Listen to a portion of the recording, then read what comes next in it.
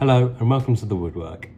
So we're about 10-11 games into the season now, and I'm going to be looking at who's top of the league in all three of the EFL leagues, so League 2, League 1 and the Championship. And I'm going to tell you, why they're there, how long I think they can sustain their position there. And yeah, my opinions on them, more or less. So we'll start in League 2. Port Vale are currently top of the league in League 2. They've just beaten us, MK Dons I support. Just beaten us 1-0.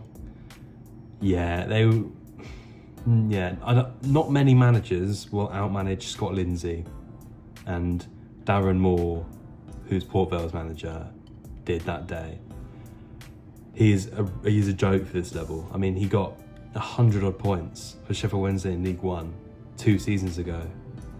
To get that team in the Championship, and then obviously there's a whole drama around he was expected to get playoffs in the Championship, and that broke down his deal, and they got Cisco instead, and we all know what happens from there. But no, for League 2, he is very, very good, and they've got a good team. I mean, they've signed Talaj from Aldershot Town, did a bit of a Peter in that sense, and signing a good non-league player. But I mean, 4 goals, 2 assists already this season. No, sorry, 4 assists, 2 goals already this season. Yeah, he looks good. He's strong. He's physical.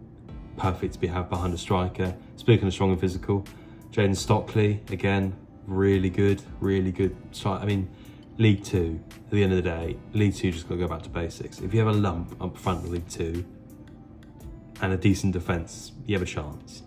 So they understood the assignment in that sense.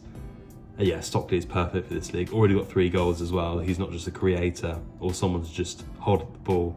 He has got finishing qualities as well.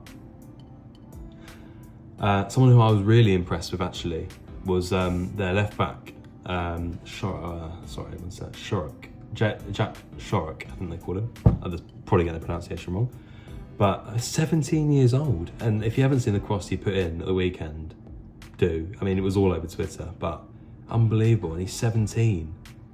But he was quick. He was good defensively as well. Yeah, they've got a real good talent on their hands there for sure, and he's one of their own. So profit in there in the future for Port Vale as well. But in terms of why I think they're top of the league, is definitely their defensive sort of stability. And yeah, I mean, they just, again, League 2 is about sticking to what you know. Mike Williamson is terrible in League 2 because he doesn't understand what the league's about. You can't do too much in this league. You can't play too much in this league. The pitch, I mean, Harrogate's pitch isn't bad, but the sort of pitches you go to in away games, even if you've got a stadium like we do, with a pitch like we do, and that other bigger clubs in this league have, you're not going to be able to play the football you want to play in some of these grounds. And you need to realise that. You need to have adaptability, and you need to, to win a game away from home, which we didn't do under Mike Williamson this season, and barely did last season, is to just adapt your play. And as I said before, understand what this league is about.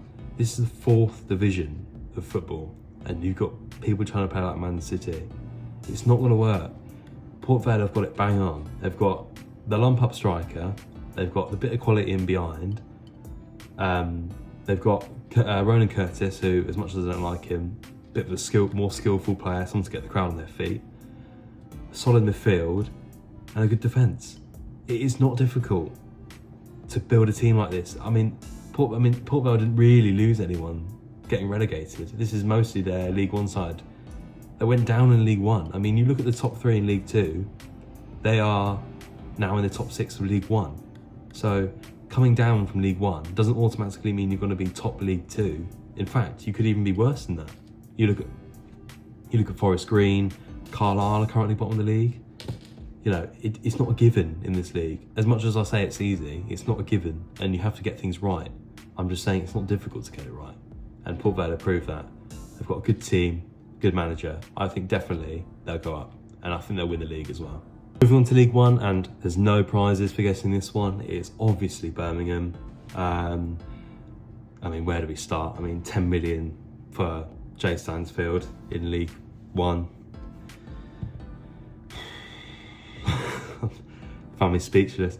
The team they've got is absolutely ridiculous. I mean, Alfie May, Stansfield, and this Williamson, who I'm afraid I don't do too much about, bought from Go Ahead Eagles.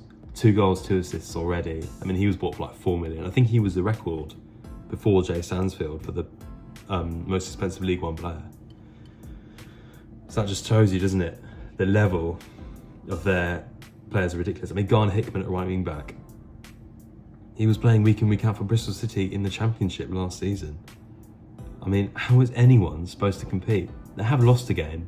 They did lose to Charlton, but Nathan Jones, you know, I think you can almost forgive them for that one. I think the only times Birmingham will lose is when they get outmanaged. I don't think player for player, they do start quite slowly, but I think player for player, they're obviously the best team in the league. But Chris Davis as a manager doesn't have as much experience, so I think people like Nathan Jones, you know, racking my brain trying to think, you know, maybe like the Barnsley manager, they might be able to out-manage Birmingham and through that frustrate them. You can see them draw in a few games, for sure. I mean, they drew against, was it Reading, first game of the season, but yeah, you can. I mean, again, while I went through Port Vale, really good defence. Bielik in League One. Allsop has made his way into goal. I think that's the right decision. I think Peacock Frow's a decent keeper, but I don't think he's very, very good League One. Well, Championship basically, put it this way. They've got a Championship team, Birmingham. So they need a Championship goalkeeper, and Allsop played every game for Hull last season and is obviously a good pick for sure. Just don't think Peacock Frow's ready yet for this sort of expectation. I mean, if you concede a goal as part of this Birmingham side this season, you're lynched. So what I really find is interesting is their midfield. So you can see, I'm going to butcher these names, so I do apologise. I mean, they signed Paik last season, and Iwata was also signed. Well, no, that was a sign this season from Celtic. So you see this a lot in the Championship. I mean, I know they weren't bought from Asia, but not many of them are. They usually take a step before English leagues. But any team in the Championship has that sort of player, usually winger or midfielder. It's really interesting because they all seem to play really well in the English leagues. There's always a discussion to be had about physicality. I mean, Championship, everyone's like 6'5" in the Championship, like the size of the players. You see it in cup games against lower league sides. It's just insane. And obviously the Premier League is a step further than that. But these players don't seem to have any issues making the transition to the English game. And I think coming to the Championship, or in this case League One, is a very good way to ease your way into English football and potentially progress further than that. But overall, Birmingham, I mean, obviously, they're going to win the league. They're going to win the league comfortably. If they hadn't lost the other week, I'd have said they're going to beat them. But no, I mean, 22 points from 9 games. You can see them getting 100 plus by the end of the season for sure. And finally, we have the Championship. Now, Championship's interesting because there's 2 teams on 19 points, Sunderland and Sheffield United. Sunderland just edging on the goal difference. So I'll say what about Sheffield United in a minute, but we'll start with Sunderland. The problem for Sunderland this season was always going to be, how are they going to deal with losing Jack Clark to Ipswich? He was their best player, one of the best players in the Championship for a number of years now. So it was all going to be about how they deal with that. And I think they dealt with that really well. I think the problem has transitioned to the striker. Now, I don't know what it is, but Sunderland can't seem to find a consistent striker. They've got Wilson Isidore, on loan from St. Petersburg, who's got a couple of goals, but they just can't seem to find. They need that 20 goal a season striker. Again, I don't know where to look for that. I mean, you can look in League One, but even someone like Joe Taylor from Luton, someone like that, or maybe that's a step too far. But, you know, someone who is proven to score goals in either the Championship or League One. Rather than, I think the striker is one of the worst positions to buy from foreign countries and other leagues in other countries and around Europe. Because I think that's the most sort of, especially physically, there are big defenders in the Championship and they will get bullied a lot. So I think to buy strikers, you need to buy them in the league, really. Other than that, I mean, Roberts and Mundell, both really good starts to the season. I mean, 7 goal contributions between them. That's the thing about wingers in this league. If you can get goals and assists, I mean, you're basically, road back to the Premier League. So for them, really good start from them. The midfield, Sunderland's midfield. Chris Reggers firmly put himself in the team. His backheel goal was outrageous. I mean, he's 17. Birmingham are talking about buying him, I read the other week. But anyway, yeah, 2 goals already for him. Really good start for him. Joe Bellingham. Everyone says Joe Bellingham's overrated. I don't agree with that. Everyone just talks about his name, don't they? But I think he's a really good player. I mean, I don't think he's Tottenham or Crystal Palace. I think they were the 2 players looking at him in the summer. I'm not sure he's at that level yet, but he's 18. I think people need to give him a bit of a break. It's not like he's clinging on to that Bellingham name. That's how people treat him. But he's got Joe. I mean, he hasn't even got the name on the back of his shirt. He's got Joe. He wants to be completely different, which is the right decision, in my opinion. But again, goal and assist for him so far. Really good start from him. Neil, I mean, if you're over the age of 21 in this side, you're seen as an OAP. But Neil, I mean, still really young, 22, even though it doesn't feel like it. But yeah, 22 being the oldest midfielder at your club, starting at your club, is pretty impressive. And yeah, as we always say, the platform for winning the league is a good defence, and Sunderland's defence is really, really impressive. The fullbacks give a lot going forwards, but they don't neglect their defensive roles as well. And Luke 09, I mean, again, 29.